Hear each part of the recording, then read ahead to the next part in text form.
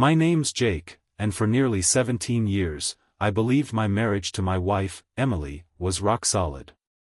Together, we had two amazing kids, a 14-year-old boy and a 16-year-old girl. Life seemed to be going just fine. I loved my family, enjoyed my career as a mechanical engineer, and Emily was thriving in her role as an accountant. We both stayed in shape and, at least from my perspective, shared a strong partnership. My daughter, Chloe, and I had an especially close relationship. She was a true daddy's girl, and the way she admired me always brought a smile to my face. Chloe excelled in math and science and aspired to follow in my footsteps by becoming an engineer. Once she earned her driver's license, she'd often accompany me to car shows and even help out with my collection of vintage GM cars. We worked on all sorts of projects together, fixing plumbing, handling electrical repairs, you name it. When it came to navigating the challenges of growing up, she usually went to Emily, but for most other things, school troubles, friendships, or even advice about boys, she came straight to me. Our son, Caleb, was different.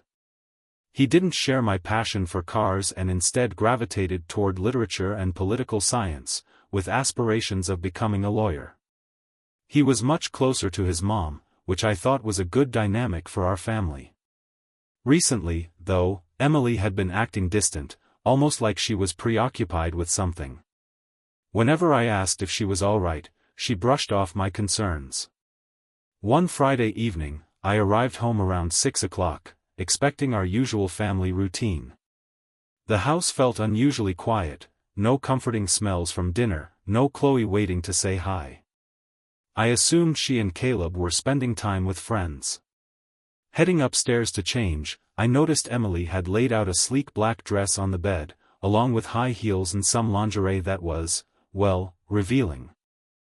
It was clear she was preparing for a night out, but she hadn't mentioned any plans. She was still in the bathroom, putting on makeup. "Where are we headed tonight?" I asked, loosening my tie. "We're not going anywhere," she replied without much emotion. "Then why are you all dressed up?" I asked, nodding toward the bed. "I'm going out tonight," she said flatly. A wave of confusion hit me. "Really? Where exactly are you planning to go dressed like that? And why didn't you tell me? Where are the kids?" "The kids are with their friends. I have a date tonight, and I'll probably be back in the morning," she replied, her tone almost dismissive. "A date?" I repeated, struggling to process her words. "And you just expect me to be okay with that? If you want to cheat, at least wait until we're divorced." "There's not going to be a divorce, Jake," she said with an exasperated sigh. "I just need this one night. I need to prove to myself that I'm still attractive. If you truly love me, you'll understand." "If you loved me, you wouldn't even consider doing this," I shot back. She exhaled deeply, as if tired of justifying herself.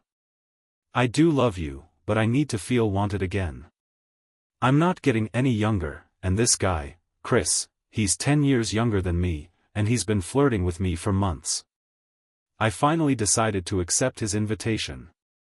It's just this once." "Are you serious right now?" I asked, my voice barely controlled. "After 17 years together, you think you can throw it all away for one night with some younger guy?" She chuckled softly, as if my reaction was exaggerated. "Jake, it's just one night. I'll come back, and everything will go back to normal. But if you even think about filing for divorce, I'll fight for it all, the house, the money, custody of the kids. And trust me, I'll make sure they see you as the bad guy if I have to." I stood there, a storm of anger and heartbreak brewing inside me. "You claim you love me, yet you're willing to do something like that?" "Yes, I do love you," she said, her gaze steady. "But I need this for myself. If you try to interfere, I'll make it miserable for you. Once it's over, we'll move on like nothing happened. And what's stopping you from pulling this again in a few years when you start feeling insecure again?" I fired back. She gave a casual shrug. Jake, it's just one night. Nothing will change. Who knows, I might even pick up something to improve our love life. If you step out that door tonight, you're choosing to end this marriage, I said, giving one last plea. Stop overreacting, she said with a dismissive tone. She glanced at herself in the mirror, grabbed her clutch, and headed downstairs. Moments later, I heard the honk of a car outside. Without a backward glance, she walked toward the door. One last chance, Emily, I said, my voice cracking. If you walk out that door, we're done. She turned to face me with a look of pity. Jake, nothing's ending. I'll be back in the morning, and we'll be fine. With that, she stepped outside, leaving me frozen in place. As the door clicked shut, I felt the life we'd built together slipping through my fingers. Staggering to the couch, I sank into it, overwhelmed by a tidal wave of emotions. We had been together for nearly 2 decades, counting our engagement and dating years. Never in my wildest dreams had I seen this coming. We had a good relationship, at least, I thought we did. Our intimacy was fine, we didn't argue much, and I believed we worked through problems well enough. As the hours passed, the harsh reality hit me, she wasn't coming back that night. Resigned, I decided it was time to start thinking about my next steps, knowing the life I once knew was over. Our house was spacious, 4 bedrooms, including ours, Chloe's room, Caleb's room, and a guest suite with its own bathroom. I moved into what would now be my temporary bedroom. Packing up my belongings and relocating out of the master bedroom took a couple of hours. Living in a no-fault divorce state, I was well aware that this was unlikely to end in my favor. The divorce laws here aren't kind to men. In most cases, the wife ends up with the house, custody of the kids, child support, and alimony, while the husband is left to shoulder the financial burden and try to rebuild his life. After settling into my new room, I went to my home office and began organizing our finances. I had a personal account I'd been using to buy Emily gifts, so I moved half of our joint checking and savings balances into it. I also paid off and canceled all our shared credit cards, then applied for new ones in my name. By Monday, I planned to redirect my direct deposit into this account and explore splitting up our investments. That night, I poured myself a glass of whiskey, Jim Beam, and tried to unwind, but sleep wouldn't come. The bed felt empty, and my mind churned with endless questions and regrets. Could I have stopped her? Should I have confronted that guy? The hours crawled by until, finally, morning arrived. After a quick shower, I threw on jeans and a t-shirt, then sat down for a solitary breakfast. Around 9 a.m., Emily strolled back into the house as if nothing out of the ordinary had happened. Good morning, sweetheart. I'm back, just like I said I would, Emily chirped, her voice annoyingly cheerful as she walked in with a bright smile. I stayed silent. By the time the sun came up, I'd realized I didn't deserve this level of disrespect. Trying to stop her the night before would have been pointless, she would have just found another way. The love I once had for her was rapidly transforming into something bitter, fueled by her arrogance, threats, and lack of remorse. Honey, where are you? She called out, her tone as if nothing had happened. I even cleaned up a bit before coming home, just for you.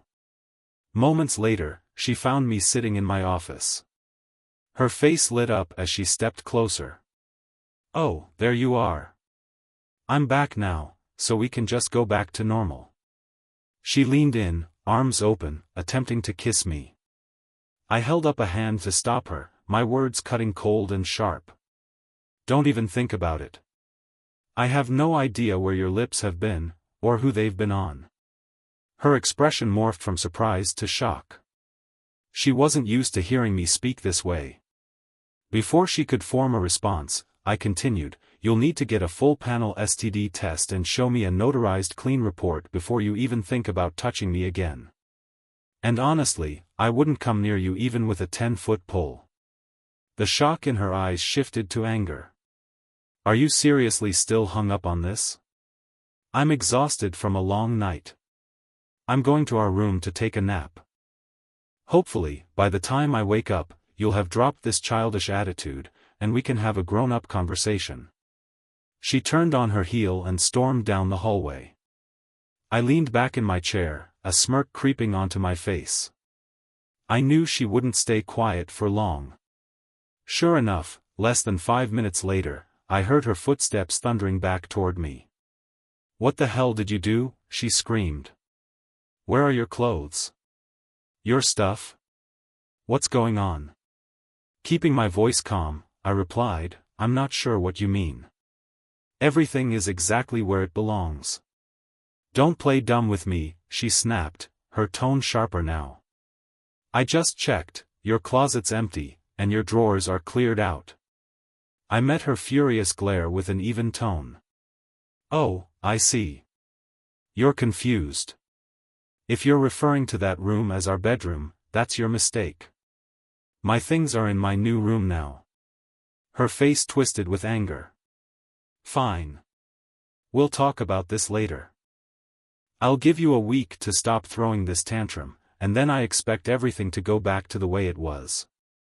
"Not until I have that notarized report in my hand," I replied coolly, turning my attention back to my computer. I stayed in my office for most of the day, working and keeping to myself. By the afternoon, the kids returned home, and I wondered how long it would take for them to notice the tension in the air. Meanwhile, I found a few decent apartment listings and scheduled viewings for Tuesday. I printed out all our financial records to prepare for my meeting with a lawyer on Monday. I knew I'd likely lose a lot in the divorce, but I wasn't going to go in unprepared.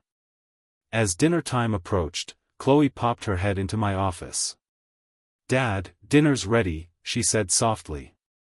"Thanks, sweetheart," I said with a smile.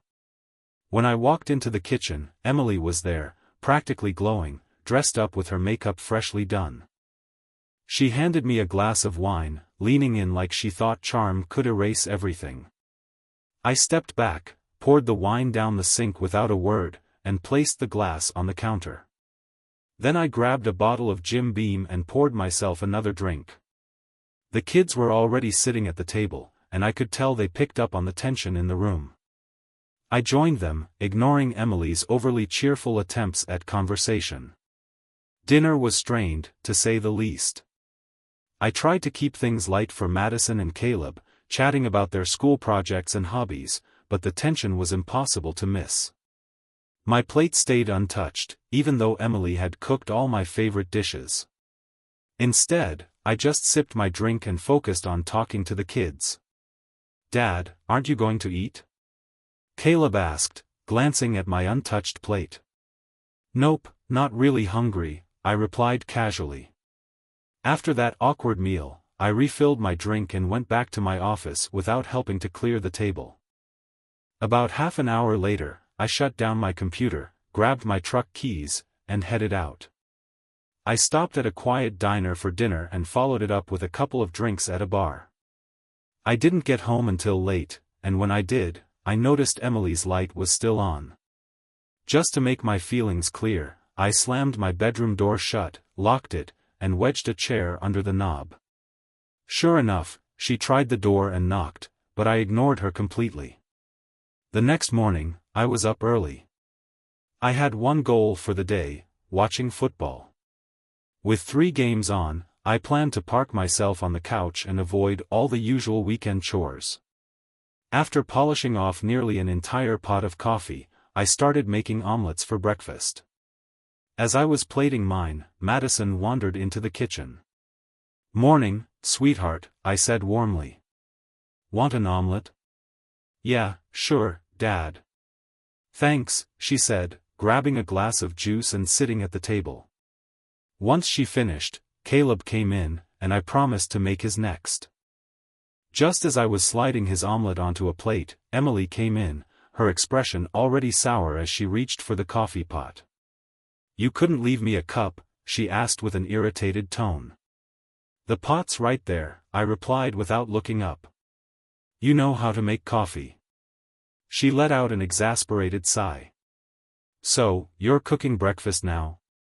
Already done, I said flatly. Feel free to whip up your own. With that, I put away the last of the ingredients, handed Caleb his plate, and walked out of the kitchen. Around noon, I was stretched out on the couch, fully absorbed in the game, when Emily came in holding a plate of food and a beer. I brought you lunch and a drink so you wouldn't have to get up, she said, her voice dripping with sweetness. Without a word, I swept both off the coffee table with my foot, watching the plate and bottle clatter to the floor. Her shocked expression barely registered as I got up and walked into the kitchen to grab another beer. I left the mess for her to clean up. Stains didn't matter, I wasn't planning to stay here much longer. We need to talk about this, she began, following me into the living room. Not now. The game's on, I said, eyes glued to the screen. For God's sake, Jake, the kids are noticing. You need to drop this attitude and fix things, she snapped. They'll notice when I move out, I replied flatly, taking a swig of beer. You're not going anywhere, and there's not going to be a divorce, she declared before storming off in frustration. Later, during halftime, Madison and Caleb approached me, their worry evident. Dad, what's going on between you and Mom? Madison asked hesitantly. You deserve to know, I said. Your mom and I are getting a divorce. This isn't about you two. We both love you very much. This is between your mother and me. But why? Caleb asked, confusion written all over his face. Because your mom made a choice I can't accept, I replied honestly. And even after I told her how much it hurt me, she didn't show any remorse. Madison shifted uncomfortably. Are you talking about her date on Friday night? Her words caught me off guard. You knew about that? Yeah. Mom told us you were upset about it, she admitted. So, you're aware she cheated on me? I asked, studying their reactions. No, she didn't cheat, Madison said quickly. She told you in advance. It was just one night.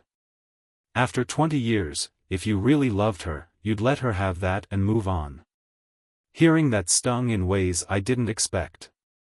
If she really loved me, she wouldn't have even considered being with another man, I said firmly. Dad, it was just one time, Madison argued. She promised it wouldn't happen again. I shook my head. Let's talk about promises.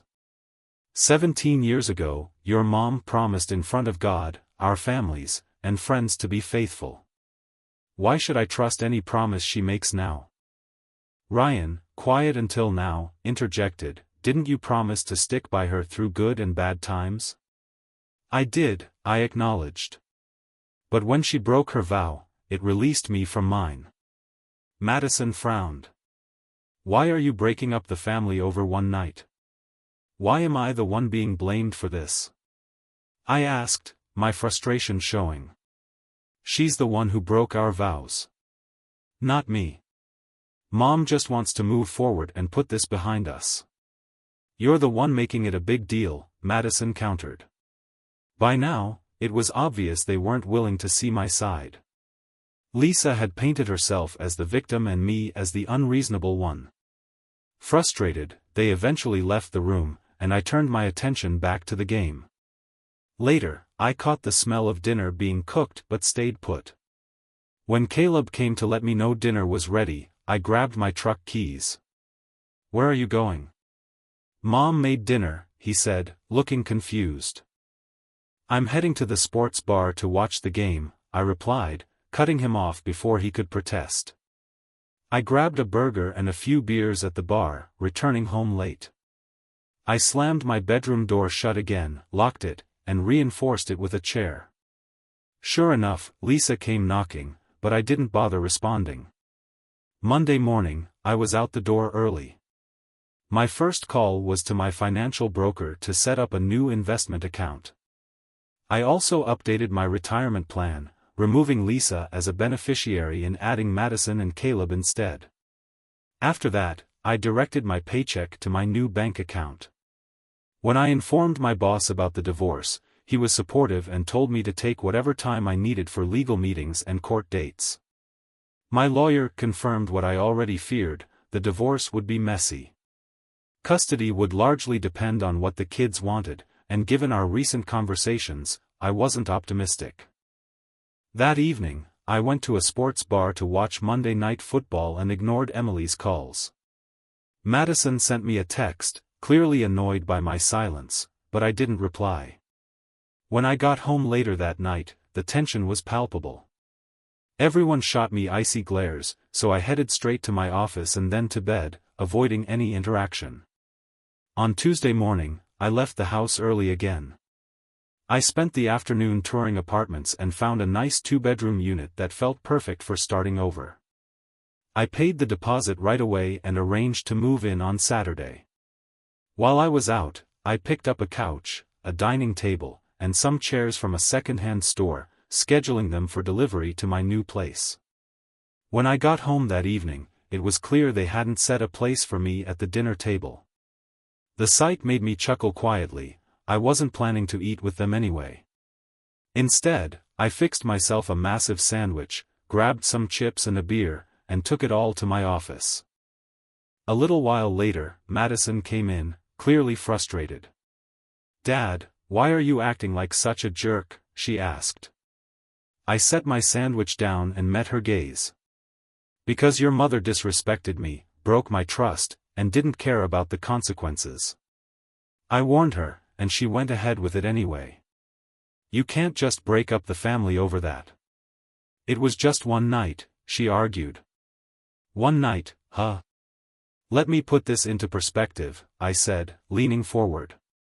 "Think about your future. Imagine you're married, and your husband tells you he's going out with a younger, prettier woman for the night. How would that make you feel?" Madison hesitated, clearly torn. "I wouldn't like it, but if he promised it was only once and told me beforehand, I'd try to forgive him." I raised an eyebrow. "Now, imagine standing at the altar on your wedding day, looking into his eyes, and telling him you're planning to sleep with someone else down the road. Picture the devastation on his face." Without another word, I turned back to my work, leaving her to think about it. On Wednesday evening, I walked into the house to find both sets of parents sitting in the living room. It didn't take a genius to figure out I was being ambushed. Jake, her father, Charles, began, "We're disappointed in Emily, but this reaction is too much. One mistake in 20 years doesn't justify tearing the family apart." I leaned against the doorframe, my voice calm but firm. "It wasn't just a mistake. It was premeditated. She blindsided me an hour before she left, giving me no chance to even process it. She knew exactly what she was doing." "She didn't cheat, though," my mom chimed in. "She told you beforehand." "She didn't ask for permission," I shot back. "Even when I made my feelings clear, she didn't care.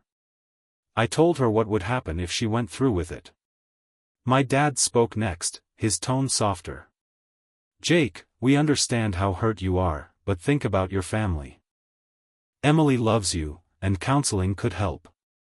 Staring at my parents in disbelief, I realized they were siding with her. I couldn't take it anymore. Without a word, I walked to my room and shut the door behind me. After 10 minutes of pacing, I changed into jeans and boots, walked back through the living room without acknowledging anyone, and left. I drove to the sports bar, where I had dinner and a few beers before returning to a quiet, dark house. The rest of the week passed in much the same way. I avoided Emily completely, and the kids stayed upset with me. Surprisingly, Emily still hadn't noticed the credit card cancellations. I figured she'd realize it during her usual Saturday shopping spree. On Friday evening, Emily walked into my office wearing a revealing outfit, stockings, heels, the works. "The kids are out tonight," she said, her tone a mix of desperation and command. "It's time for you to stop this nonsense and come back to bed." Without looking up from my desk, I replied coldly, "No, thanks. I'm not touching you without proof you're disease-free." Her frustration bubbled over. "Jake, stop being ridiculous. I need you back." Still not meeting her eyes, I flipped the page of my book. "Not interested," I said flatly. "If you don't, I'll call Steven again," Emily threatened, her tone sharp. "So much for it being a one-time thing, huh?" I replied, my voice dripping with sarcasm. "Damn it, it was one time. But if you keep rejecting me, you're driving me back to someone else," she snapped. "Fine. Knock yourself out. Just let me know if you're bringing him here so I can pack up and leave," I said coldly. About 30 minutes later, I heard the sound of her car tires screeching as she left the driveway. Taking advantage of the empty house, I began packing up my things. I disassembled the bed, loaded it and my other belongings into my truck, and spent the night on the sofa in my office. The next morning, I picked up the keys to my new apartment and moved in with the help of some neighbors. Later that afternoon, I returned to the house to pack up the rest of my office furniture and my recliner. One of the neighbor's sons helped me load it all into the truck. By the end of the day, I was officially moved out. That evening, Madison called me. "Dad, where are you?" she asked, her voice laced with worry. "I'm at home, sweetheart," I replied calmly. "No, you're not. Your office is empty, the guest room is cleared out, your recliner's gone, and your truck's not here," she said, her tone rising. "You're right," I said evenly. "I moved into an apartment. Once the divorce is finalized, maybe I'll get another house." "God, Dad, you're being such a jerk about this." "I thought you loved us," she said, her voice cracking with emotion. "I do, sweetie. Always," I assured her, keeping my tone soft. "Not enough to stay," she replied, her hurt evident. "I'm not abandoning you or your brother. You can visit anytime, and I'll always take care of you both," I promised. "You left us, Dad. You're breaking up the family," she said, her voice trembling with anger. "No, Madison. Your mom did that. I told her exactly what would happen if she went on that date, and she chose to do it anyway," I said firmly. "She thought you'd love her enough to get past it," she argued, her tone softening slightly. "And I thought she'd love me enough not to go through with it," I replied, the weight of the truth settling heavily on me. "Fine. Whatever," she muttered before ending the call. The divorce process was every bit the nightmare I expected. Emily fought me on everything, demanding counseling and alimony. I managed to convince the court that she should cover the counseling costs, but the counselor clearly sided with her. After 12 frustrating sessions, even the counselor gave up. Emily contested every detail of the divorce, even trivial things like my poster collection and an old bug light lamp, just to make the process as difficult as possible. She interfered with my time with the kids at every opportunity. In the end, the judge granted the divorce. I was ordered to pay half the mortgage, $2,000 per month in child support, and $1,100 monthly in spousal support for 5 years unless she remarried. Before the ink was even dry on the paperwork, Steven moved in with her, while she continued taking nearly half my paycheck. Determined to start over, I cashed out some investments and purchased a fixer-upper house.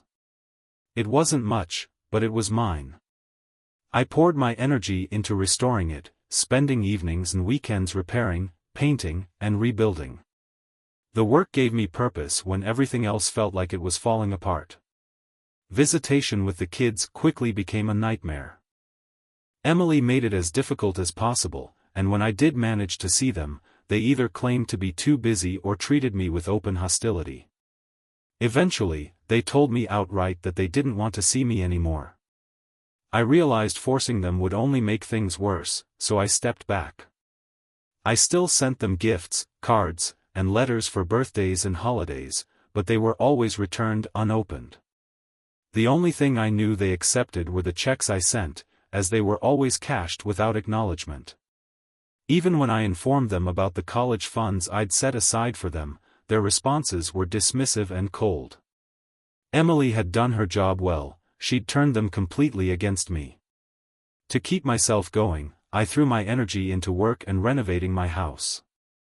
Nights and weekends were filled with sanding floors, painting walls, and fixing whatever I could to save money. I skipped social outings, focusing instead on building a solid financial foundation. One day, I decided to call my mom to ask about Thanksgiving plans. "Are you hosting this year?" I asked casually. There was a pause on the other end before she replied, "Yes, but Emily, her parents, and the kids are coming. She's bringing her new boyfriend, and we thought it might be uncomfortable for you."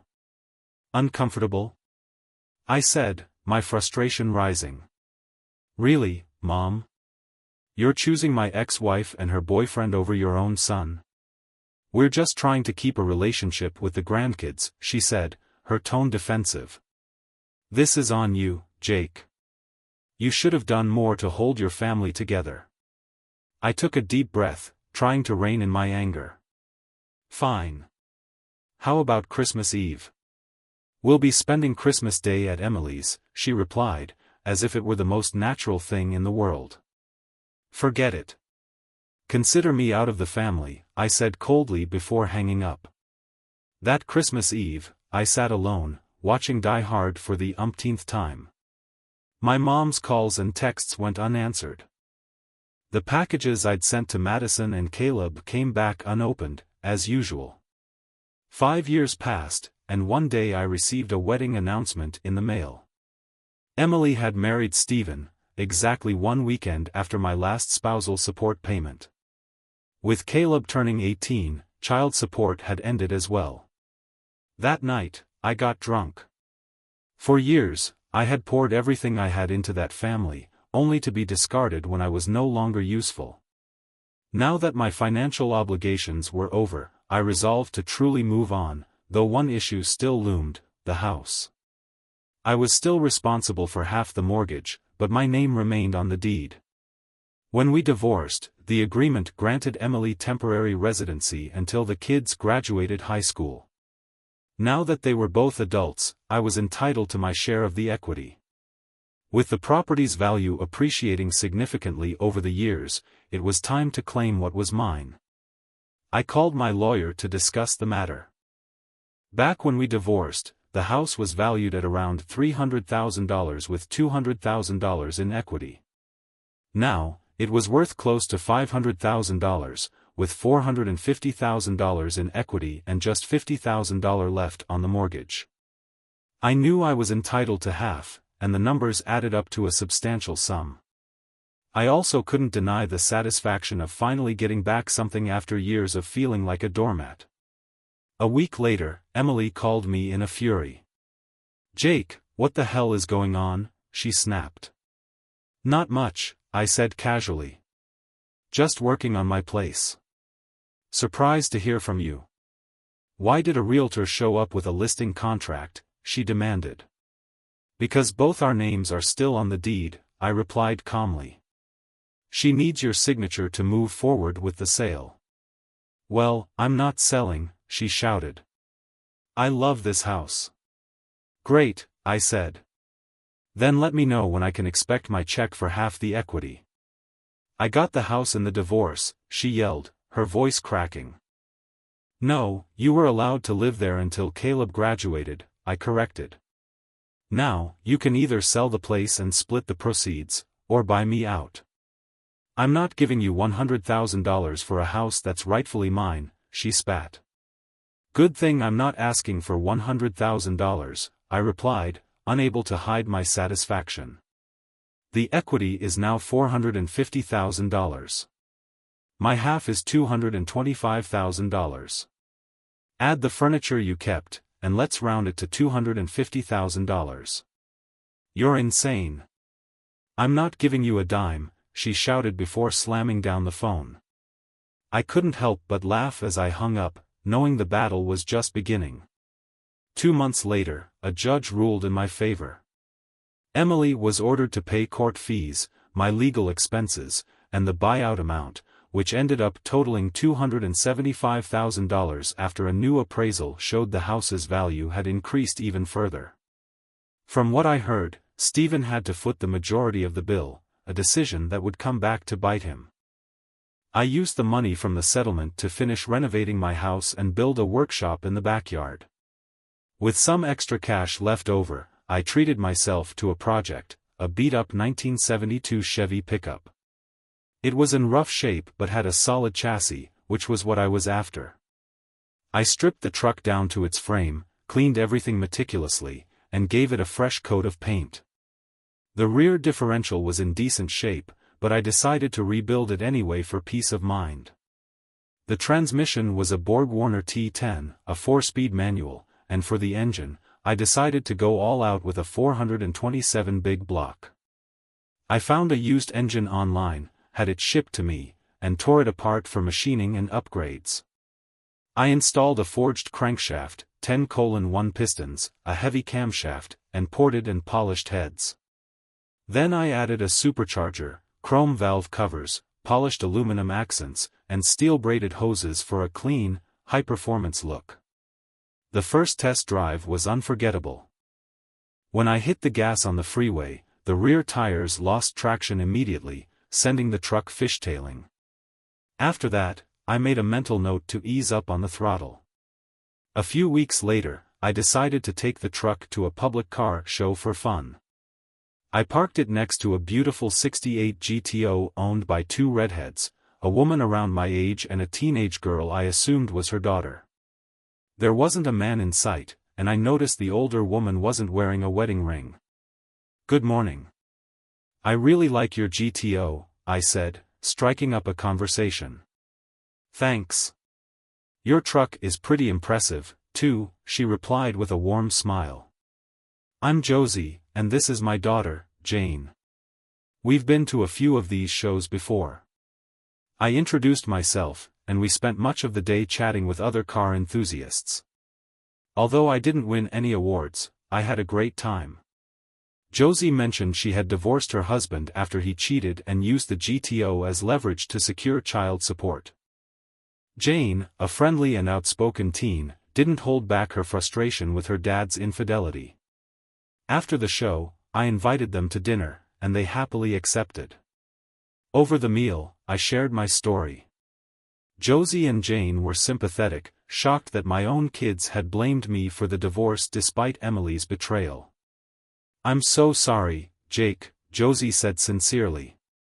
"You seem like a good man who didn't deserve what happened." We exchanged phone numbers before parting ways, and Jane gave me a thumbs up and a cheeky wink, signaling her approval. The following weekend, Josie and I went out for dinner and dancing. She kissed me on the cheek before the night ended, and Jane gave another playful thumbs up when I dropped them off. As the weeks passed, Josie and I saw more of each other. One night, I invited them over for lasagna. They both loved it, though Josie teased me, saying the house could use a woman's touch. The next weekend, they invited me to their apartment, and I couldn't stop raving about Josie's cooking, which they found hilarious. 2 weekends later, during another dinner and dancing date, Josie leaned in during a slow song and whispered, "Take me home." I pulled back, a little surprised, and she giggled before clarifying, "To your home." Fortunately, I had my regular truck that night. Once we got back, we spent the night together, and the next morning, I cooked her breakfast. A few months later, I proposed, and Josie said yes. We had a simple courthouse wedding, and she and Jane moved in with me. Jane even started calling me Daddy, which melted my heart. Life felt whole again, even if it wasn't without challenges. Josie and I had our share of disagreements, and Jane and I occasionally butted heads. She was still a teenager, after all. But she respected me as a father figure, and Josie loved me deeply, just as I loved her. About a year later, my phone rang with an unknown number. Curious, I answered, "Hello? Dad," came an excited voice on the other end of the line. "It's me, Chloe. I have great news, I'm getting married." Hearing her voice after so long caught me off guard. It's good to hear from you, sweetheart. Congratulations. I'm happy for you, I said, my surprise evident. I want you to come to the wedding, she continued, though her tone shifted as she added, but Stephen is paying for everything and will be walking me down the aisle. You wouldn't sit in the front row, but I'd really like you there. I took a deep breath, trying to keep my voice steady. Stephen? I asked. You mean the man your mother cheated with? Yes, she replied, her voice softening. But, Dad, I'm trying to reach out here. I want you to be part of this. I'm sorry, Chloe, but I can't, I said firmly. Your mother's decisions destroyed our family. You've always believed she did nothing wrong, but now you're asking me to sit there and watch another man take my place on your wedding day. Fine, she snapped, anger bubbling to the surface. Then don't expect to see your grandkids. I stayed calm. If you're raising them to think the way you do, maybe that's for the best. You're such a jerk, Dad. Mom was right about you, she shouted before hanging up. That was the last time I heard from my daughter. She left voicemails and sent texts, but I deleted them all without reading. Her attempt at reconciliation felt like an insult. She had made her choice years ago, and the idea of rebuilding a relationship felt impossible. It hurt deeply, but I couldn't ignore how she and Caleb had sided with Emily from the beginning. Setting my phone down, I turned my attention back to the '63 Chevy pickup I was working on, a simpler project with a modest 350 engine upgrade. I didn't notice Jane quietly enter the room or that she had picked up my phone. Unbeknownst to me, Jane decided to respond. She knew about my history with Chloe and Caleb, and her fierce loyalty to me was unwavering. Meanwhile, Chloe wrestled with her emotions. The phone call had left her upset, but Jane's blunt words stung even more. Jane had told her, "Thank your mom for being dumb enough to let him go, because now I have the dad you didn't appreciate." Chloe was torn. Memories of wanting to live with me after the divorce came flooding back, how she had been pressured by her mother's words, insisting she just needed one night to feel young again. The realization that I had remarried and adopted Jane hit her hard. She felt blindsided, reflecting on what might have been different had she and Caleb made other choices. At home, Chloe confided in Emily and her grandmothers about the phone call. "I thought Dad would have gotten over his stubbornness by now," she said, her frustration evident.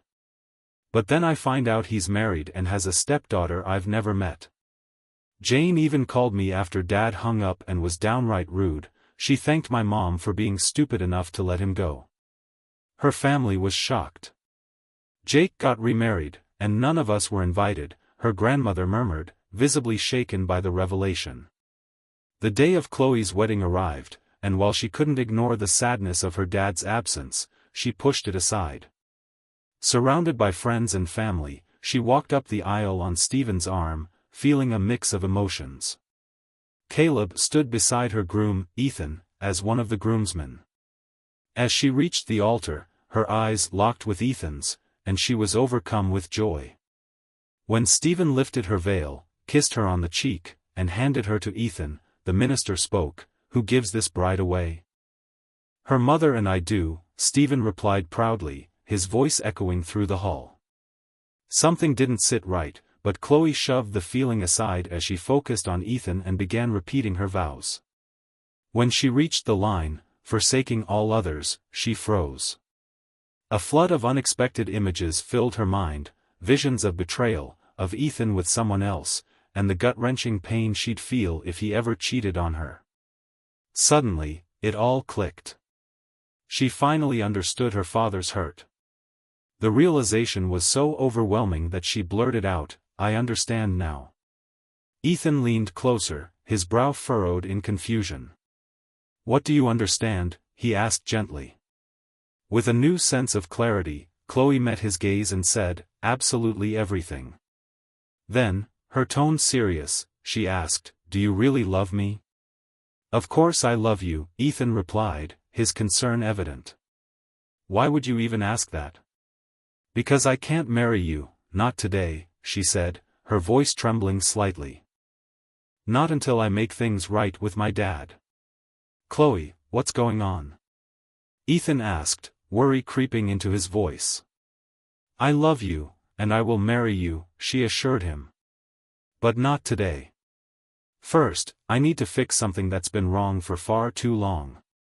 She turned to the guests, her voice steadied despite the emotions roiling inside her. I'm sorry, everyone, but I can't go through with this today.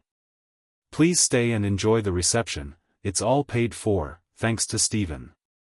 She grabbed Ethan's hand and started walking back down the aisle. But before they could leave, Emily and Stephen stepped in front of them, blocking their path. Chloe, what are you doing? Emily asked sharply, her tone laced with panic. I'm fixing a mistake I made years ago, Chloe said, her resolve unwavering. What mistake? Emily pressed, her voice quivering slightly. The mistake of blaming Dad for the divorce when it was your fault for cheating, Chloe said, her words cutting like a knife.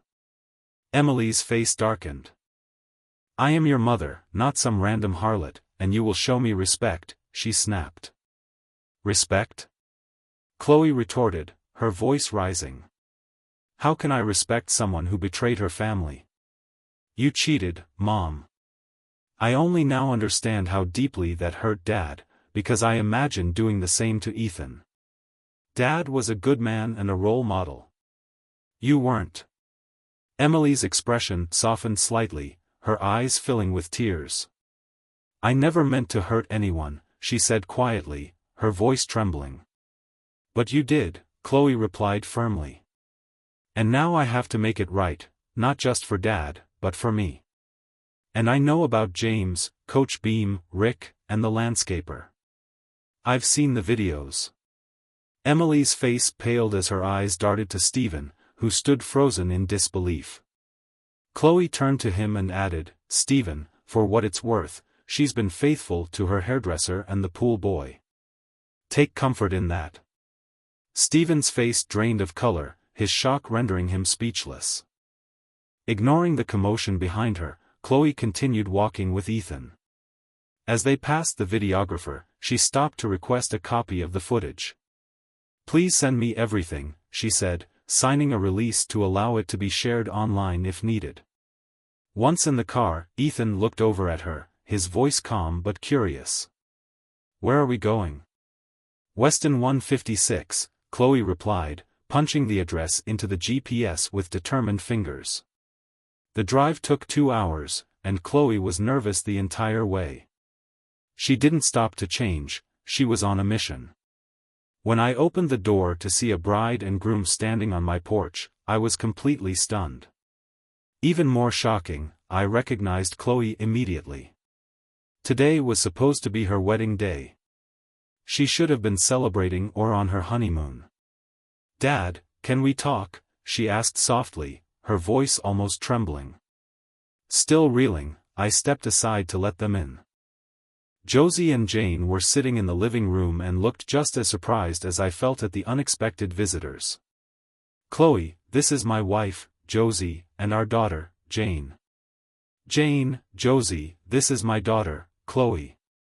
As for the man with her, I said, gesturing toward the groom, I have no idea who he is. Dad, this is Ethan Wesley, my fiancé, Chloe introduced him with a small smile. Didn't you just get married a few hours ago? I asked, confused. I couldn't go through with it, she admitted. I realized I can't get married unless my dad walks me down the aisle. I'm so sorry, Dad, for blaming you all these years. You didn't deserve that. Can you forgive me? I was caught off guard, but hearing those words made my heart swell. She had finally seen the truth. Did something happen at the wedding? I asked, still puzzled. You're still in your dress, and Ethan's still in his tux. We were halfway through the ceremony when it hit me, she said, handing me a CD. Please watch this while we change into normal clothes. Josie took Chloe to one of the bedrooms to get changed, while I set up the video player in the living room. Once they were ready, we sat together to watch the recording. The ceremony began as expected, but midway through, Chloe faltered during her vows. She paused, visibly struggling, and then, to my astonishment, she confronted Emily in front of everyone, exposing her infidelities in the middle of the wedding. Jane, sitting beside me, whispered in awe, "She really did it." When the video ended, Chloe turned to me, her voice steady but emotional. "I couldn't go through with it, Dad. I finally understand what forsaking all others truly means. Mom dishonored you, and by getting married without you there, I was dishonoring you too. My vows wouldn't mean anything without you, the most honorable person I know, standing beside me when I marry Ethan. I need you to walk me down the aisle. Not Mom. Not Stephen. You." Chloe glanced over at Jane with a smile. "And I need my little sister as one of my bridesmaids. Jane, you woke me up. I can't imagine getting married without you there." I was overwhelmed, but in the best way. We talked for hours, catching up and unraveling years of misunderstandings. As it turned out, Jane had reached out to Chloe earlier, planting the seeds that eventually led her here. When the night got late, I offered Chloe and Ethan the guest room to stay in. Chloe ignored the countless calls from her mother and Stephen, choosing instead to stay connected with friends who were still at the reception. Many guests had taken Chloe up on her offer to enjoy the party on Stephen's dime. Although Stephen tried to cancel everything, it was too late, and he spent the evening sulking in a corner, drink in hand. Later, Ryan sent Chloe a video from the reception of their mom trying to talk to Stephen. It ended with Stephen angrily calling her a cheating strumpet before storming off. That relationship seemed as good as over. Ryan also managed to cancel the honeymoon flights and resort reservations, though there was a 20% cancellation fee. Since Chloe and Ethan had already arranged time off from work, they decided to stay with us for the week. It gave me the perfect opportunity to reconnect with Chloe and get to know Ethan better. Ethan turned out to be a solid guy with strong values. Things were tense at first, mainly because of the lies my ex and kids had told him, but once he heard the truth and saw my workshop, he warmed up to me. We set a new wedding date for the same venue a year later. This time, I would proudly walk Chloe down the aisle. Josie and Jane were deeply involved in the planning, helping with everything from decorations to invitations. Chloe and Ethan made sure to update everyone in the wedding party, everyone except Emily and Stephen. Over the following months, Chloe and I worked hard to rebuild our relationship. Ethan and I got to know each other better, often bonding over car shows. Together, we proudly displayed Josie's GTO, my '72 Chevy truck, Ethan's Challenger, and Jane's 1974 Firebird. Chloe and Ethan became regular visitors, and even Caleb started stopping by occasionally. Though reconnecting with him was more challenging, he was still closer to Emily. We made slow but meaningful progress. Meanwhile, things were falling apart for Emily and Stephen. Stephen eventually moved out and filed for divorce, citing irreconcilable differences to keep things simple and avoid penalties from his ironclad prenup. The prenup protected all his pre-marriage assets, leaving Emily with only the house and about $50,000. Stephen couldn't prove he had used his own funds to buy my share of the house, so with his name off the title, the house cost him dearly. Unable to refile under infidelity grounds in time, Emily walked away with far less than she'd hoped for. Word of her numerous affairs spread quickly, damaging her reputation in the community. Friends distanced themselves, and her invitations to social events dried up. Financially, she struggled, relying on what little she had left from Stephen, which didn't last long.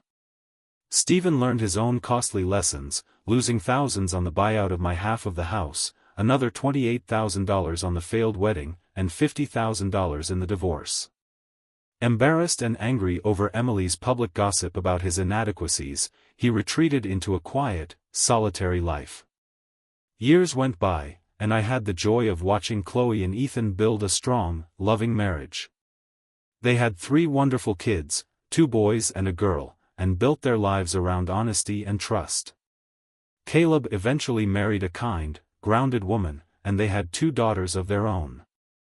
As far as I know, neither Chloe nor Caleb ever cheated in their marriages. They had seen firsthand the pain infidelity could cause and chose a different path. Some people said I should have sought revenge on Emily and Stephen, but I knew better. Anything I tried would have risked legal trouble or dragged me down to their level. Instead, I chose to move forward, focusing on building a life filled with joy and purpose. There's a saying, the best revenge is a life well lived, and I held on to that truth. Karma had handled the rest. Seeing how things turned out, I felt a deep sense of peace. I had Josie, Jane, and now my other children back in my life. We were surrounded by love, trust, and the stability we had all worked so hard to achieve. I was finally at peace, living a life I was proud of, surrounded by people who truly cherished me. "Ready, Dad?" Jane asked, standing by my side. "No father is ever truly ready to let go of his daughter," I said, a lump forming in my throat. "But I'm honored to do it for her." As the music swelled and filled the church, I stepped forward, taking that first proud step down the aisle with my daughter.